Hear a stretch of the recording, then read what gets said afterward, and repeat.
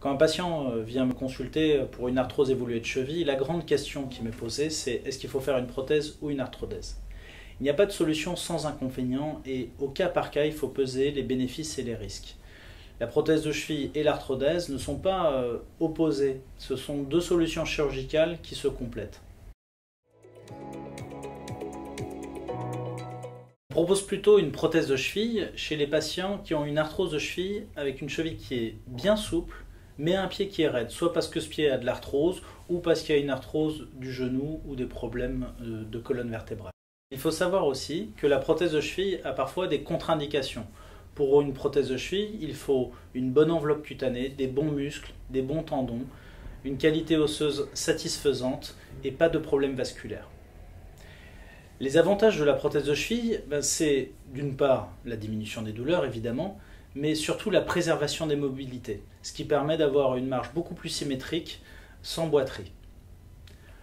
L'inconvénient ou les inconvénients de la prothèse de cheville, c'est lié au côté synthétique des implants. Ils peuvent être soumis à l'usure, ils peuvent se décoller. Classiquement, on dit qu'à 15 ans, il y a 15% de risque d'avoir à être réopéré de cette prothèse de cheville. L'arthrodèse de cheville est plutôt proposée dans les cas où l'arthrose de cheville entraîne une cheville qui est extrêmement raide ou dans les cas où la déformation est très évoluée ou quand il y a une contre-indication à la prothèse de cheville. L'avantage de l'arthrodèse de cheville, c'est sa robustesse. On peut porter des charges lourdes, ça tient très bien. Et ça tient également dans le temps, c'est un résultat qui est pérenne. L'inconvénient de l'arthrodèse de cheville, c'est que ça va solliciter beaucoup les autres articulations et dans le temps, il peut y avoir une arthrose des autres articulations, soit du pied ou du genou. Le risque de dégradation est d'environ 15% à 15 ans. Pour résumer, on est souvent face à trois cas de figure. Soit on est en face d'un patient qui est jeune, qui a les séquelles d'une fracture de cheville, mais le reste du pied est souple, surtout si la personne a un travail de force, on va plutôt lui proposer une arthrodèse. L'autre cas de figure, c'est une personne de plus de 65 ans, un peu sédentaire, avec un pied qui est un peu raide, arthrosique, et dans ces cas-là, c'est une bonne indication de prothèse de cheville. Le troisième cas de figure, c'est tous les autres cas. Les personnes aux âges intermédiaires, avec des chevilles plus ou moins souples, des pieds plus ou moins souples, et dans ces cas-là, il faut discuter au cas par cas l'indication.